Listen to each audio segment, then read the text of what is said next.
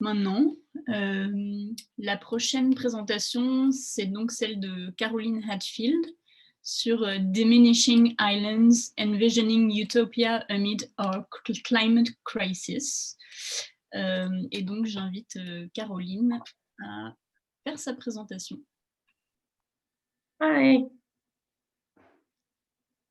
Let me share my screen here.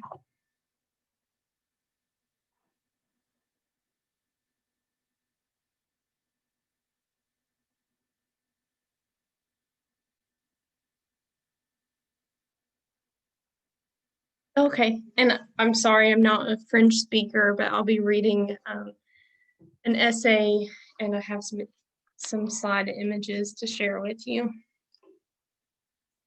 Utopia is concerned with alternatives as future-oriented and idealized societies, often with a distinct location. Prior utopian impulses associated a new place or open landscape with freedom and potential, looking ahead at new sites. The isolated or undiscovered island has long served as the site for utopia in literature and art. Yet the island motif is now challenged, even made obsolete. Quite literally, amid our climate crisis, islands are diminishing as sea levels rise and our environment becomes increasingly destabilized. Today, to imagine utopia, artists must address the loss of sight, envisioning utopias lacking distinction, location, and borders. Utopia is contradictory. The term coined by English author Thomas More is a combination of the Greek words for no place and good place. More's novel Utopia embodies this contradiction well in its obscure position between satire and idealism.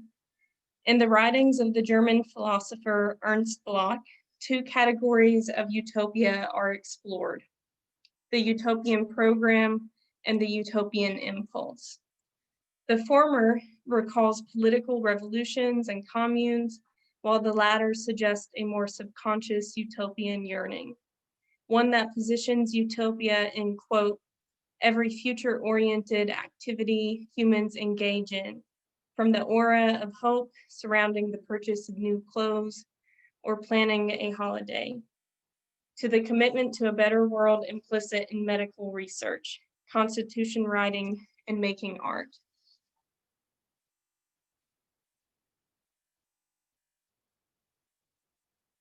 For the purpose of this essay, it should be acknowledged that utopia is primarily a trope of Western culture. The traditional motif of the island as a site for imagined utopias recurs broadly in literature and art, specifically in science fiction and speculative fiction.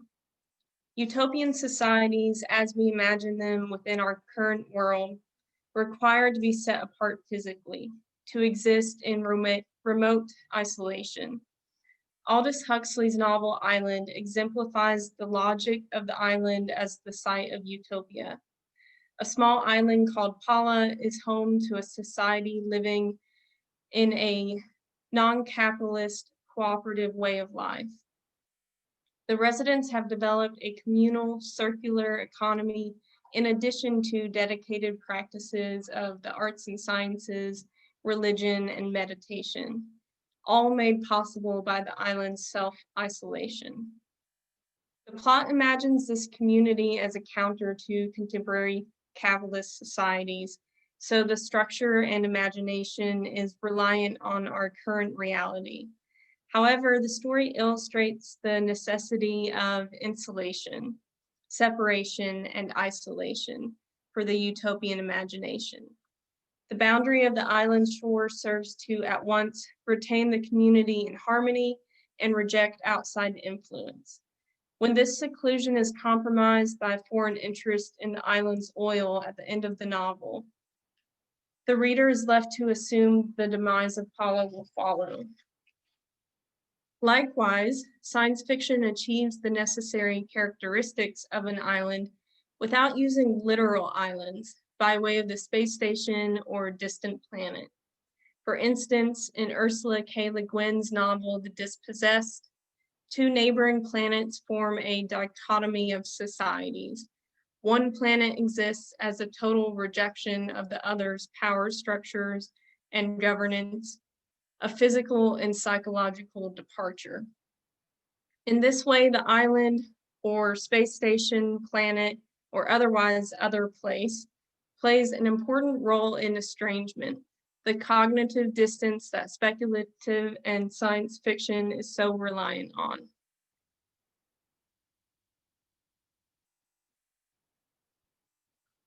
The creative mystique of the island has not escaped visual artists.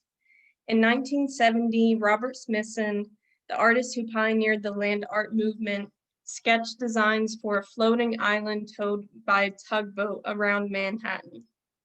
The work was posthumously created in 2005, constructed on a 90 by 30-foot barge, landscaped with rock and soil, and planted with native shrubs and trees. Inspired by Central Park, Floating Island embodies the artist's interest in displacement, time, and space as it presents a mobile and permanent landscape. While not much is known about Smithson's intentions for the work, he was profoundly influenced by science fiction, nature, and human influence on the environment. We may assume a utopian interpretation of the work, given the idealized presence of trees and vegetation among the urban terrain of concrete and steel.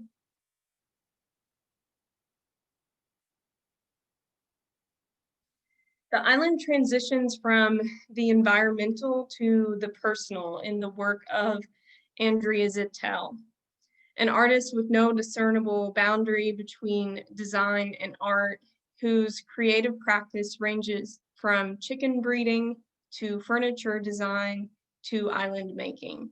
Zittel's work plays with American values of efficiency and individualism to explore themes of isolation and control.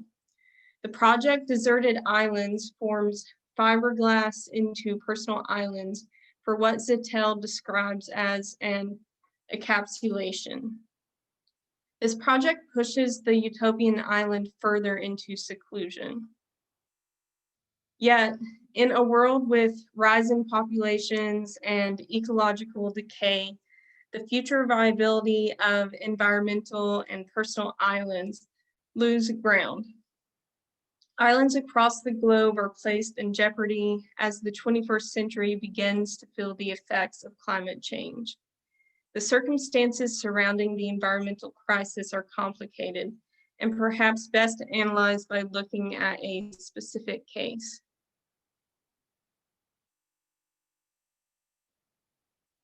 The nation of Fiji consists of over 300 islands, some larger and more densely populated, some uninhabited. Its population is primarily composed of indigenous Fijians and Fijians of Indian descent. The nation has a long history of external pressures, beginning with European settlement in the 17th century, which resulted in Fiji's nearly 100-year span as a British colony. Even after gaining independence in 1970, the complicated relationship between the population in regards to land and government has riddled the last 50 years with coups and political unrest. Like many formerly colonized nations, over-exploitation and resource extraction has left the indigenous population with a great burden, one of the greatest being the island's particular vulnerability to the effects of climate change.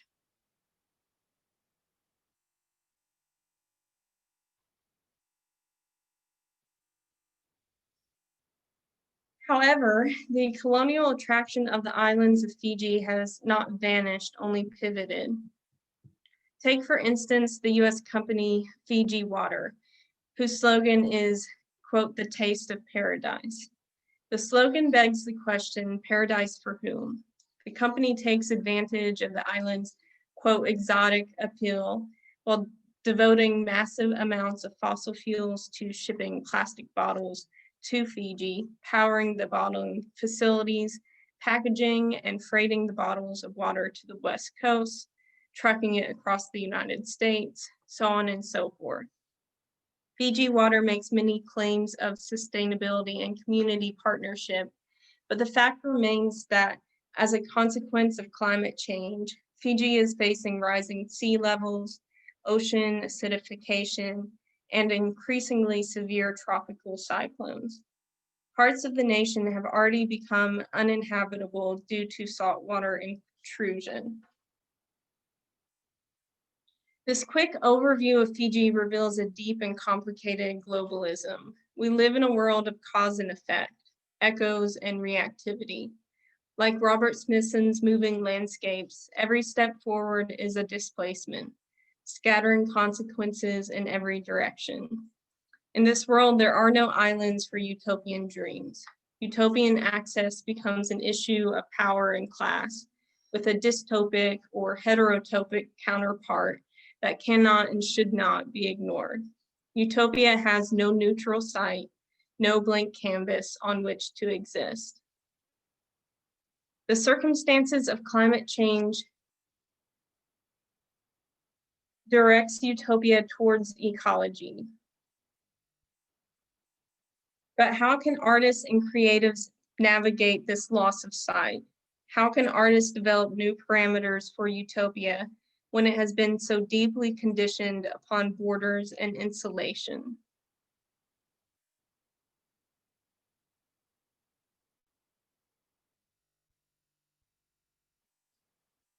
A look at the work of Agnes Dennis and Mel Chin can offer the following answer to those questions. Utopia can be achieved through remediation and reclamation of existing sites and structures. Take Dennis's 1982 work, Wheatfield, A Confrontation. In Manhattan's financial center, just a block away from Wall Street, the artist reclaimed a former landfill to plant a 2-acre wheat field, from which they harvested almost 1,000 pounds of healthy golden wheat. Dennis said the following about the project. Manhattan is the richest, most professional, most congested, and without a doubt, most fascinating island in the world. To attempt to plant, sustain, and harvest 2 acres of wheat here, wasting valuable real estate, obstructing the machinery by going against the system, was an effrontery that made it the powerful paradox I had sought. Just a few years later, artist Mel Chin embarked on a similar artistic project involving the rehabilitation of land in St. Louis. The project utilized plants to successfully remove toxins from the soil of a former landfill, gradually reviving the soil. The work is a test site, demarcated with fencing and described as an ongoing project. Revival Field is an intervention, experiment, and testament to potential collaboration between human and non-human entities to transform and remedy ecological problems. Furthermore, looking at the artwork of Nicholas Galanin, we can observe a different type of intervention, one that is not situated on a specific site, but reclaims and recontextualizes broad historical narratives and contemporary culture. Galanin, an artist of Tlingit and Ununga descent, engages with and challenges the perceptions and expectations of Indigenous experiences with an expansive creative practice using materials and methods that defy category to intentionally rest in a place between, quote, contemporary, traditional, or authentic, unquote. His artwork examines the connection of culture and land as he speaks of his cultural amnesia, adaptation, resilience, and resurgence. We Dreamt Deft makes an excellent case for the continued relevance of physical art objects, as it confronts the viewer in a demanding, sensorial way. In the simple gesture of modifying a taxidermied polar bear, the work animates erasure, both cultural and ecological. It brings to mind Timothy Morton's comment that quote, ecological awareness necessitates negotiating with disgust and strangeness, unquote. The work, though critical, more so functions as an aspect or appendage of one of Morton's hyperobjects, reaching far into time and space, while existing in a, quote, weird kind of sensual space in which everything is entangled, unquote. The view of art as a hyperobject, or at the very least, part of a hyperobject, imbues it with a certain utopic power to reimagine or remediate our current system. If our cultural, historical, environmental, and physical worlds exist woven together in complicated knots, then artworks like We Dreamt Death pull together frayed edges, strengthen ties, and discard loose threads.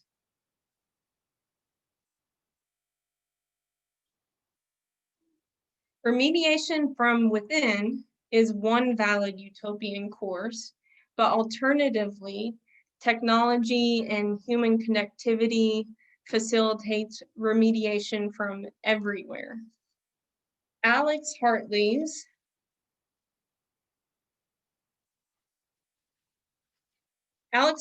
Nowhere Island project declared a tiny rocky island in the Arctic an independent nation. While there was a physical location, the majority of the project took place online, exploring ideas of citizenship, immigration, and democracy. Nowhere Island is durational. It is nomadic. It is physical matter and a collection of objects, documents, photographs, and films. It is an intervention. It is the words and images of others, and it is a utopian idea, a conceptual nation involving thousands of people across the world, shaping that nation's values and principles.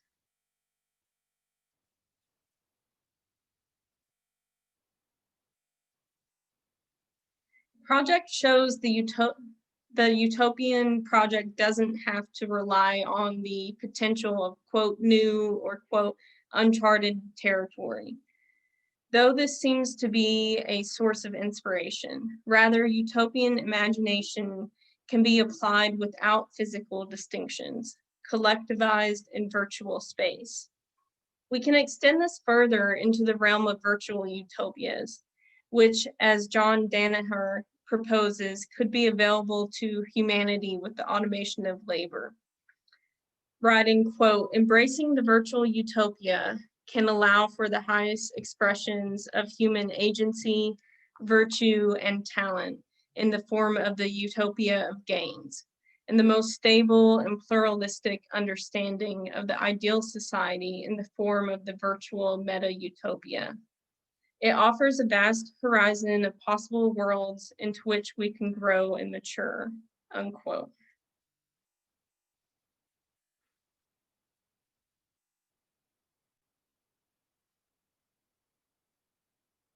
In conclusion, these borderless, expansive utopian visions dispel the need for isolation. We no longer need to fix utopia in a space or place, or position it within time. The utopian impulse can permeate and saturate the here and now. Thank you.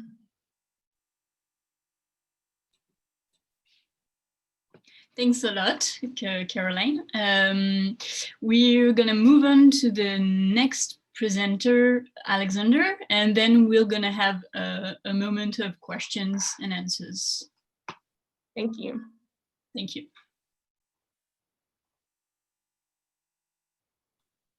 So Alexander, it's your turn.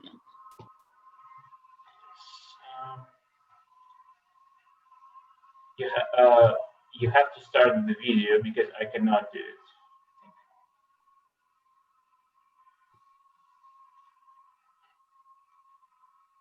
All right, so the technician might be onto it.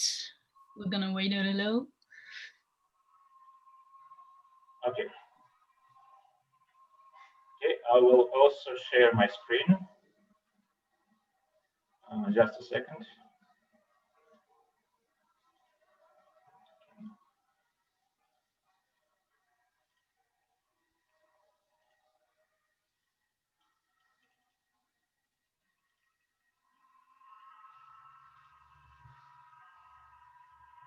Please let me know if you can see it. If you can see the. Yes, that's good. Okay, great. So hello everyone. My name is Alexander. I'm from University of Geneva, Switzerland. Although currently I'm located in Montreal, Canada, and I'm here today to discuss the role of fictional space in the post-cinematic project DAO, created by Russian director Ilya Kryzhanovsky.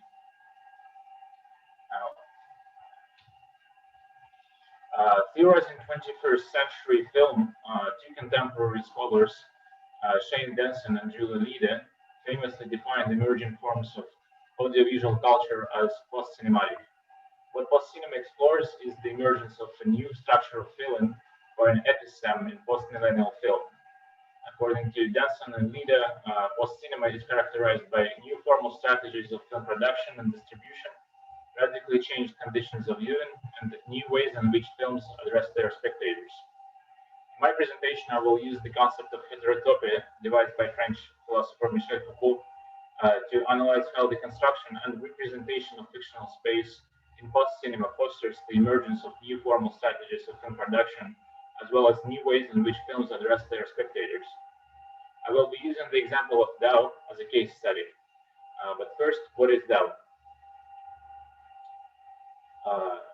DAO is a megalomaniacal multimedia project by Russian director Ilya Kryzhanovsky. This project consists of 700 hours of footage, 14 feature films, a TV miniseries, a digital platform, and much more. Kryzhanovsky spent 15 years working on this project, gained lots of attention from press recently, and here are just a couple of headlines to give you an idea. So as you can see, it reads, what's behind the most ambitious film project of all time, the most ambitious shoot of all time, and why you may never get to see it. So as you may see, the tone of this headlines is quite sensationalist. So what's really so unusual about the production of this project? That was conceived in 2006 as a rather conventional biopic on a Soviet Jewish scientist, Lev Landau. Originally, Kryzhanovsky had a modest budget from several European funding agencies. In 2007, he came across a wealthy private sponsor who financed DAO for the next 10 years, and this funding made it possible to transform DAO into an unprecedented cinematic project. In 2009, a grandiose ensemble of pseudo-classical architecture, the so-called Institute, was built in Kharkov, Ukraine, specifically for DAO. It occupied an area comparable to an average university campus, and it was modeled after Soviet totalitarian research and development centers. As the official DAO website reads, the Institute existed within a parallel spatial and temporal universe, a meticulous historical reconstruction spanning the years 1938 to 1968. So the Institute functioned both as a film set, in fact it was the largest film set in the history of European cinema, and as a closed city where film participants lived for almost 3 years. It had the fully operational laboratories, 2 apartment blocks, a diner, a restaurant office, and an administrative building. Kryzhanovsky used the Institute to stage an immersive cinematic experiment. The filmmaker hired no professional actors, had no script, no rehearsals, and no reshoots. Instead, he invited volunteers from all over the world to spend weeks, months, and sometimes years in the Institute. So over the 400 principal actors and almost 10,000 extras became a part of DAO for a period of 3 years. This included both ordinary people and famous contemporary artists like Marina Abramovich, for instance, who you can see on the photo next to Krzyżanowski. Also, famous scientists were invited to live on the film set. For instance, Nobel Prize winner in physics David Gross was a part of this project. All residents of the institute were provided with historical costumes and props. They were asked to renounce any connections to the contemporary reality. They were required to leave behind any personal objects, such as electronic devices and accessories. They were also requested to avoid topics of discussion and cultural references that didn't fit the fictional timeline of DAO. Now, here comes the most important part. Now, immersed in the world of DAO, participants were genuinely living the everyday lives of their characters. For instance, real-life barmaids worked as waitresses at the Institute's diner. Real-life journalists published a newspaper at the Institute's press office. And real-life scientists, including real Nobel Prize winners, were conducting real scientific research in the laboratories of this fictional institute. So, in the process of creation of DAO, the fictional universe of a motion picture collided with the daily reality of the residents of the institute. For them, the institute was not so much a film set, but a place of residence and professional activity. In 2011, after almost 3 years of documenting life inside the institute, the production came to an end with a ritualistic destruction of the entire DAO film set. It was followed by a massive open-air concert on the ruins of the institute. Hey, Alex. Yes. I'm sorry to interrupt, but we're having trouble hearing you. Okay. Do you mean should I speak louder, or is it noise? What's the problem? It's a bit noisy, so I don't know if there's a way to fix that, but yeah, like it's a bit. I'll move microphone here.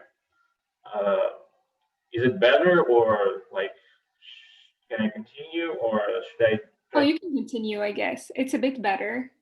It's a bit better. Okay. Yeah. I can try to tweak the settings. With Zoom. Okay, I will talk louder and slower. Thank you so much. Okay, Sorry for the interruption. No, it's okay. Thank you. So, yeah, okay. So it took another 7 years for Krzyżanowski and his team to complete the post-production. And after a total of 15 years of work, Krzyżanowski created 14 feature films, a TV miniseries, and a huge amount of related media such as photos, articles published within the Institute, and much more. Now you already get the idea that we are dealing with quite an unusual cinematic project. Instead of following the rules, the filmmaker Krzyżanowski came up with his own cinematic formula. He created an immersive film setting, the Institute, populated with hundreds of volunteers, and let this unique place direct the film process itself.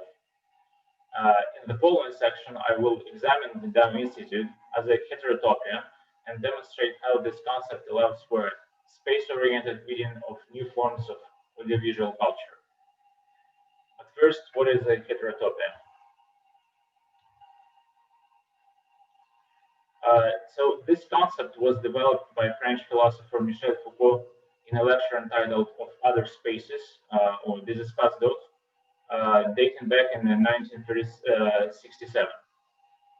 Foucault described it as a place that physically exists within a known world, but that is also phenomenologically different from it. A place that disrupts the continuity and regularity of our spatial temporal perception. Heterotopia literally means a site of otherness and can be understood as a place of culturally recognized and codified non-reality. In contrast with the dualistic utopian and dystopian formula prevalent in the modernist era, heterotopia is defined as a kind of postmodern spatial authority. Examples of heterotopia provided by Foucault Foucault include cemeteries, theaters, museums, fairs, as well as retirement homes, psychiatric institutions, and prisons, to name just a few. In his lecture, Foucault uses these examples to formulate the 6 principles of heterotopology, which he himself calls a sort of systematic description of heterotopias. So the first principle is that heterotopias are omnipresent but not universal and can take varied forms, meaning that heterotopias can be found in all cultures and may have different variations. Heterotopias functions are not ontologically predetermined and can be subject to change, meaning that a certain place can function as a heterotopia for a period of time, then lose this function, then acquire it again. Heterotopias juxtapose in a single real place 2 or more spaces that might be in and of themselves incompatible. For instance, private space and public space can coexist in a heterotopia. Cultural space and useful space as well can coexist in a heterotopia. They also create an absolute break with the everyday time, meaning that in heterotopias we experience time differently than usual. Fifth principle, the access to heterotopias is restricted and requires rites of passage, meaning that there is always a system of opening and closing that isolates heterotopias from the rest of the world. Finally, heterotopias are physically isolated from, but functionally related to the remaining outside space. For instance, the function of cinema, which is a heterotopia, is entertainment. The function of prison is punishment. Now, having discussed the 6 principles of heterotopology, I will now demonstrate how the Tao Institute meets all 6 of them and therefore constitutes a heterotopia. As I've explained, the Institute was inhabited by individuals whose behavior is deviant in relation to the required mean, namely artists, scientists, and the other participants of Chanovsky project. Therefore, it could be seen as a heterotopia of deviation. Second principle, the Institute acquired the status of heterotopia for a limited period of time and was destroyed after the filming was over. The third principle, according to it, heterotopias juxtapose in a single real place several spaces which may be incompatible. In the case of Tao, the fictional universe of a motion picture, the so-called cultural space of the film set, collided with the daily reality of the residents of the Institute. Because for them, the Institute was not so much a film set or a fantasy land, but a place of residence and professional activity, which is in Foucault terms is a useful space. Also, private space and public space collided in the Tao Institute because both were equally exposed to the camera. Fourth principle, Tao created an absolute break with the everyday time. As the official brochure reads, the Institute existed within a parallel spatial and temporal universe. To create this temporal authority, residents of the Institute were asked to renounce any connections to contemporary reality. Number 5, access to the territory of the Institute was restricted and required rites of passage, meaning that every resident of the Institute was required to leave behind any personal objects and wear a historical costume. Finally, the Institute had a function in relation to the rest of the world, namely that of the film set for producing 700 hours of multimedia content. Considering that the Tao Institute meets all 6 principles, we can conclude that it does in fact constitute a heterotopia. And this conclusion makes it possible to understand the original strategy that Krzyżanowski used to direct his cinematic project. As the official Tao press release reads, freed from protocols of acting scripts and temporal logic, the unprecedented conditions in which Tao was filmed have resulted in a new kind of reality, equally valid, vivid, and complex. So in my opinion, the coexistence of this new kind of reality with the fictional cinematic universe at the same location is only possible within a heterotopia. And this theoretical model, therefore, is crucial for the understanding of the unique, space-oriented artistic method through which Tao was conceived. I would like to conclude my presentation by saying that the Canadian premiere of DAO is taking place now as the part of the Canadian Festival du Nouveau Cinéma. It's a film festival in Montreal that moved online this year, and one of the 14 DAO films is available as a part of the festival program. So you may go to their website, buy a ticket, and watch one of the DAO movies. And this concludes my presentation, and thank you all.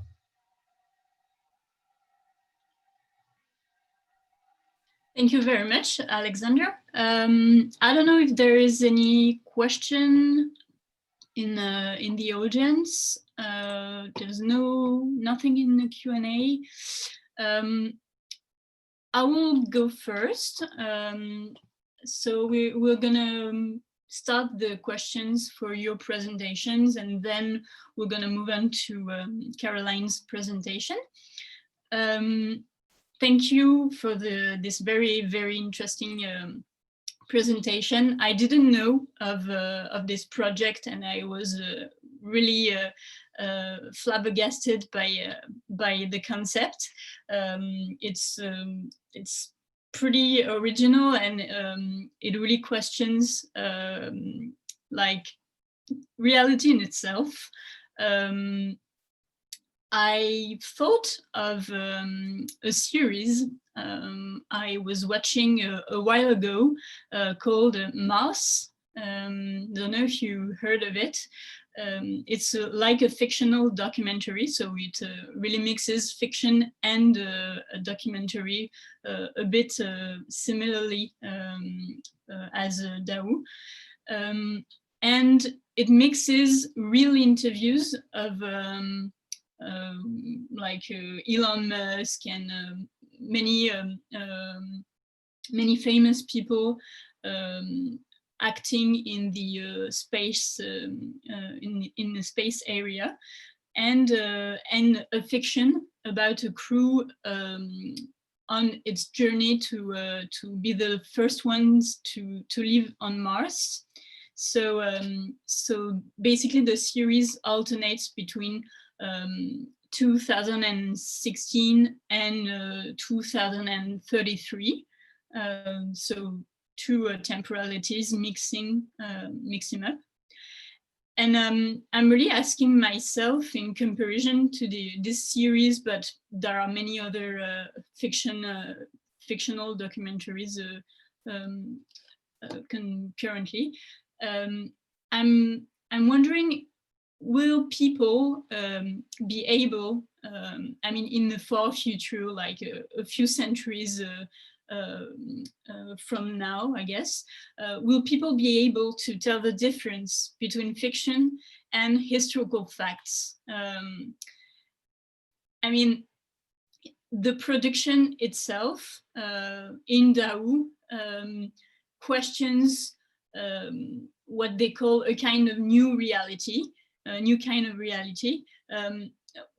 It's a mixture of fiction and reality. It's a reenactment of a part of history with people who actually played their own lives and their own roles.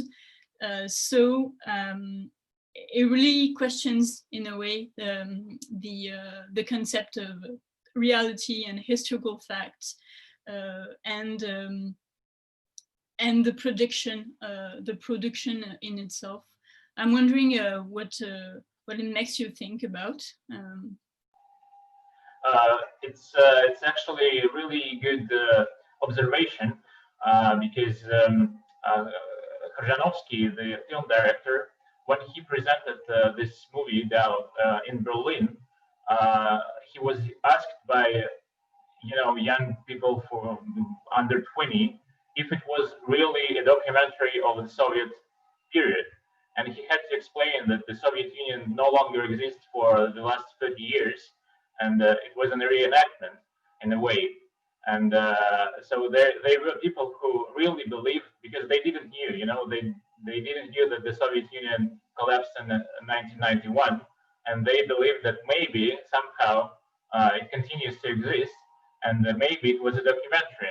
So yes, it's a really good observation. And Krzyżanowski himself, he made jokes about it by saying that 100 years after, people will really think that his movie is not a fictional movie, but it is a kind of documentary about the real time period.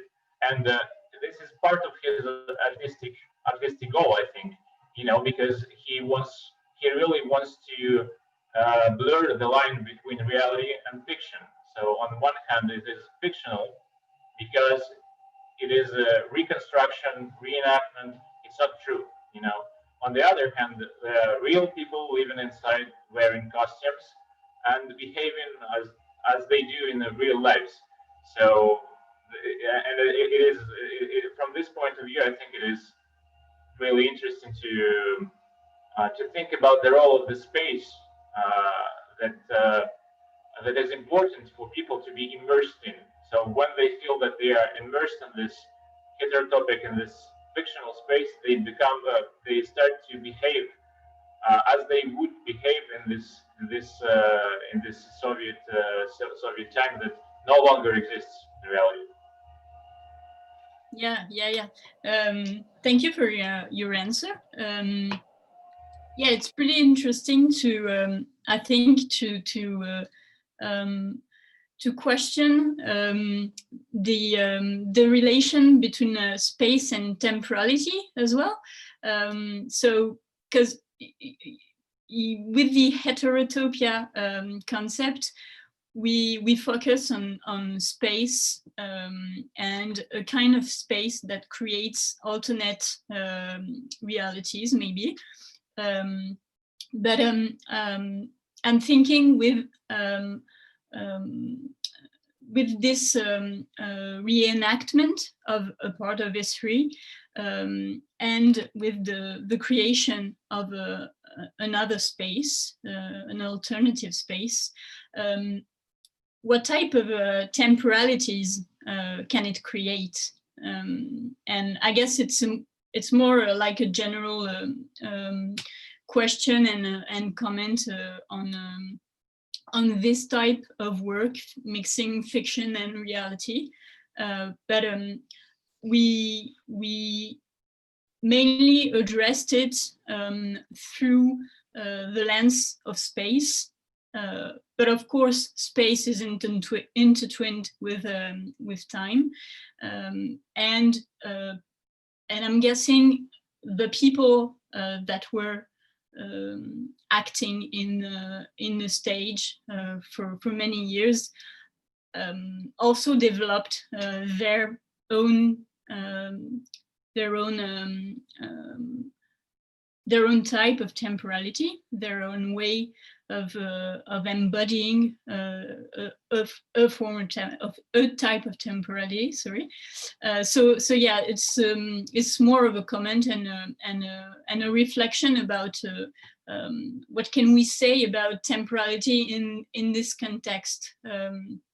Does it create new temporalities, or that's what I wanted to say. Well, I think his goal, Krzyżanowski, was to create a parallel temporality, so an alternative temporality that exists like at the same time with ours, but also in a different time in a way.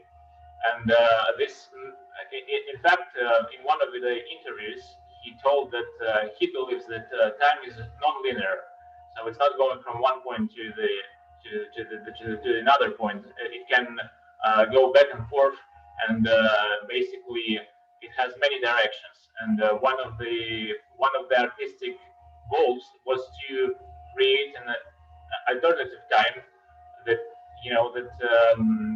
that kind of mix it all together. And I think there is actually a really good example that demonstrates how it really works, how the two timelines, meaning our timeline, the real timeline, and the timeline of Dao, the fictional timeline, were mixed together.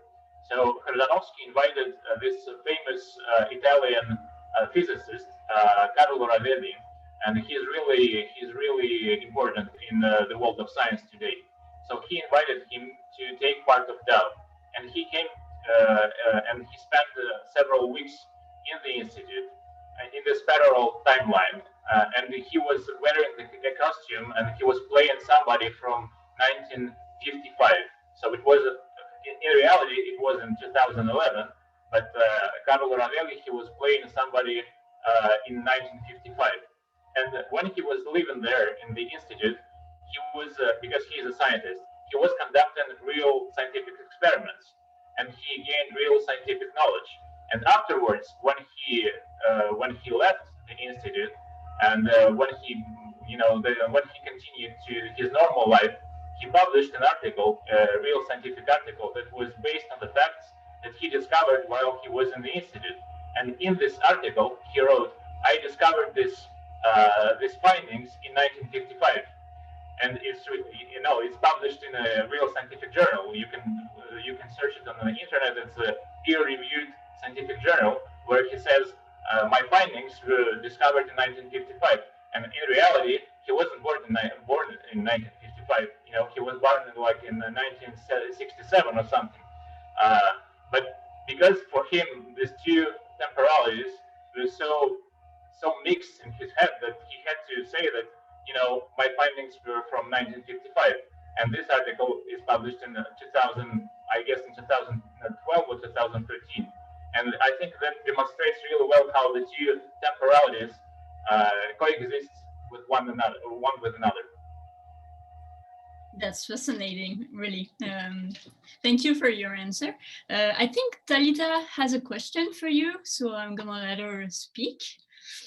I just want to say that actually I speak French, so if you want to continue the discussion in French, I can understand and I can respond in French. So it's up to you. I can continue in English or in French.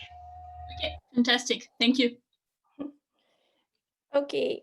We're gonna try speaking English, but if you don't understand, I will speak in French. So I was thinking about the last principle of Foucault, and you mentioned that maybe Tao represents a function related to our world in the case of 700 hours of multimedia content.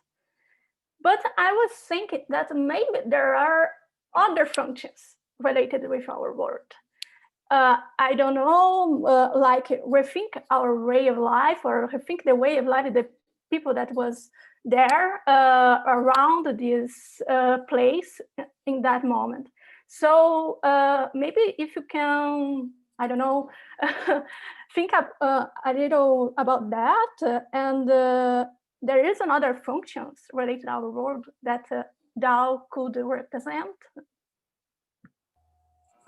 Bon, je vais répondre en français. Oui, vous avez tout à fait raison. Il y a plusieurs fonctions, je pense qu'il y a plusieurs fonctions qu'on peut voir dans ces projets artistiques. Une des fonctions, à mon avis, très importante, et Krzyżanowski lui-même aussi disait que c'est une sorte de commentaire sur l'histoire, en fait. Parce qu'en plaçant ces gens dans le contexte, les gens quand on les place dans le contexte historique, un contexte historique alternatif, en fait, on voit comment ils vont réagir, on voit comment ils vont vivre dans les conditions qui viennent pas de notre réalité d'aujourd'hui. Et donc, en fait, c'est une sorte d'expériment social, je pense. On peut le voir de cette façon-là. Et c'est ce qu'on a vu, que quand les gens d'aujourd'hui, les gens contemporains sont placés dans un contexte d'une société totalitaire, il y a des façons très, bon, je dirais, très extrêmes parfois, donc comment ils se comportent. Je veux dire, ils commencent par exemple, ils commencent à dénoncer l'une l'autre. Donc, même si tout le monde comprend qu'ils vivent dans un projet de cinéma, ils sont tellement immersés dedans qu'ils commencent à se comporter comme si c'était vraiment une société totalitaire dont ils vivaient, et donc ils commencent à dénoncer une autre, par exemple, ou je sais pas,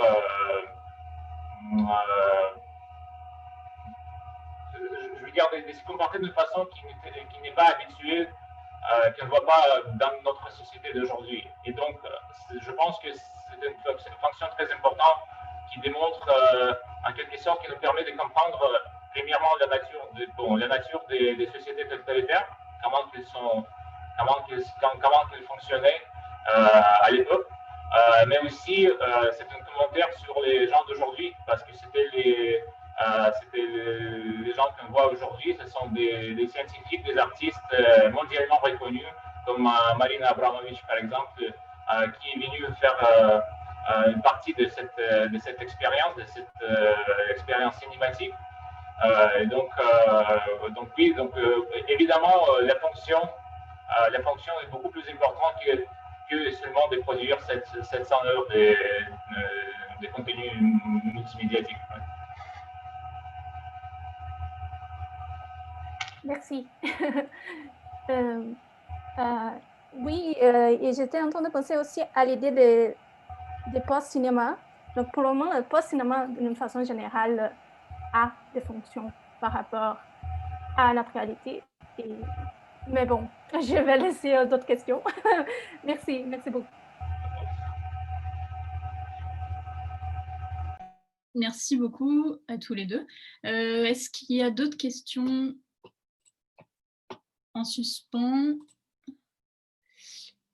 Je vérifie juste. Je pense qu'on va passer. We're gonna move on to Caroline because we have 10 minutes left for the questions. So thank you very much, Alexander, for the fascinating presentation. And Caroline, we're gonna move on to you. So I'll go first. It was a very interesting presentation as well. Thank you very much. I actually was thinking a lot about a specific utopia or a project that presents itself as a utopia in the United States. As I was listening to you, it's called the Seasteading Institute. I don't know if you heard about this project, this specific project. It's not at all artistic. It's really a political project, fairly linked to what we call transhumanists and a lot of libertarians. So basically, it's been created by Patrick Friedman, which is like the great son of the economist Milton Friedman, a libertarian. And this specific project is basically aiming at creating artificial islands. So really like built ex nihilo, and it aims at regrouping people with like the same political opinions or the same ideals, or like people meeting with each other with certain connections. And basically it aims at being autonomous islands. And so it could be considered as a dystopia from a certain point of view, but from the point of view of the project, it's really considered as a utopia or a heterotopia. So I was wondering whether you had been looking at existing projects or existing utopias apart from the movement of citizens you mentioned in your presentation. And what came to mind when I was like presenting you this this particular project, which makes it seem a bit weird, but no, thank you for the question. That's very, very interesting. For my paper, I did really take the approach of looking at some contemporary art or art historical examples. But certainly there's room to kind of pull in these more overtly like political or social projects, especially with politics. You know, in utopian thinking, there's a huge kind of Marxist subcategory. So I think the idea of like creating a libertarian society or island can kind of fit into that more overtly political subsection of utopian thought. Thank you. thank you. I don't see other questions, so maybe Fanny? Oui, hello. Sorry for my English, it's not perfect. Like you said, what makes the island a symbol of utopia is this dimension of discovery. I mean, that it would be like discovering a new land, an untouched land, which is probably not, that would generate and stimulate the imagination and the desire to create this new world, this utopian world. But in the case of those hyper objects, like you said, like the virtual island, the nowhere island, is there still like a dimension of discovery? Because when an artist creates the island, it's not a land to investigate or to discover, but it is a land to materialize in a way from scratch. And so do you think that this nuance, this difference has an impact on the form and the substance of the utopia itself? I don't know if... Yeah, thank you. That's a nice question. I think in terms of the island as like the site for discovery, what I really tried to position in the paper is like offering these examples of rediscovery or like rehabilitation. So like the artist Mel Chin and Agnes Dennis that I mentioned, they're really kind of working within the existing structures to develop an alternative. So in that sense, it's almost as if the newness or uncharted aspect of utopia falls away a little bit. It's, this idea of extending utopian thought into the present circumstances. And likewise with the Nowhere Island project, that kind of hybrid physical, virtual exercise of democracy. It's really about like, yes, there's a physical site, but it's really extended upwards virtually in the way that it's connecting people in this utopian project. So I think that's another maybe future vision of utopian where or utopian ideals where we can have this kind of site of focus, that it really expands or it finds its ground in a more virtual reality. Thank you. Thank you. Thank you very much. I was also thinking about the notion of future and futurity as regards your subject, because utopia is can be considered also a way of as a way of projecting ourselves into a desired future or a desired place. I was wondering what if you had any thoughts or any examples of works and thoughts about the notion of future in utopias, and especially in as you really described well, in a time also marked by catastrophic climate crisis and catastrophic narratives also. I mean, in science fiction, it's fairly obvious that dystopias are fairly dominant as regards envisioning futures, especially technological futures and futures on Earth.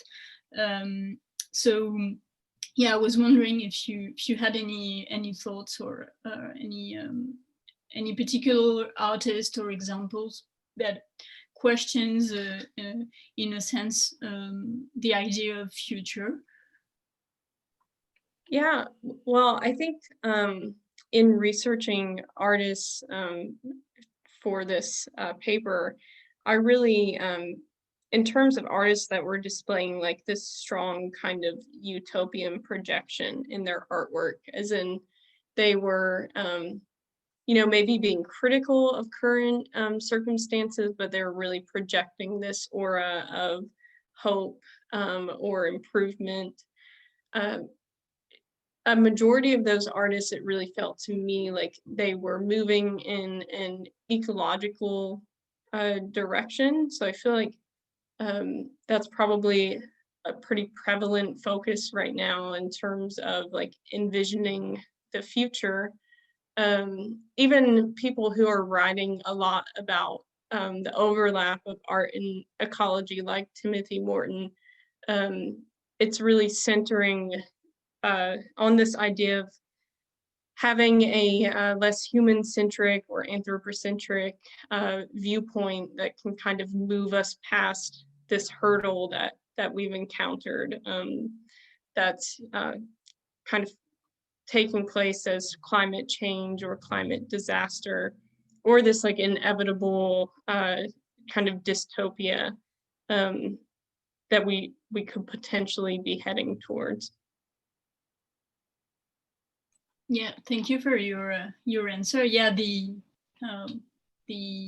less anthropocentric views are more and more developed, I guess, and like for the better, and it really helps like envisioning a lot of alternate futures for the humankind, but not also especially other species.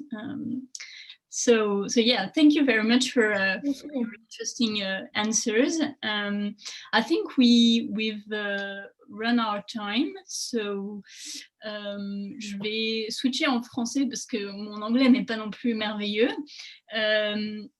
Merci beaucoup à toutes les personnes qui ont présenté ce matin. C'était vraiment un panel très intéressant, puis avec beaucoup de liens en fait entre les 4 présentations qui ont vraiment chacune à leur manière montré des différentes facettes en fait de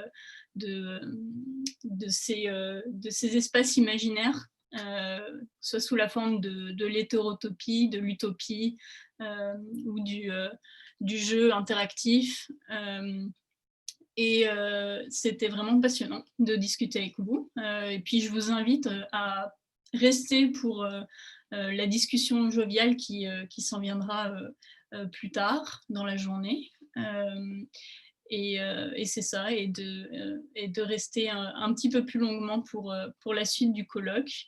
Merci beaucoup tout le monde. Je vous souhaite une belle continuité, une belle journée. Et puis on va faire une pause avant de repasser le flambeau au prochain panel de l'après-midi. Merci beaucoup. Merci. Merci.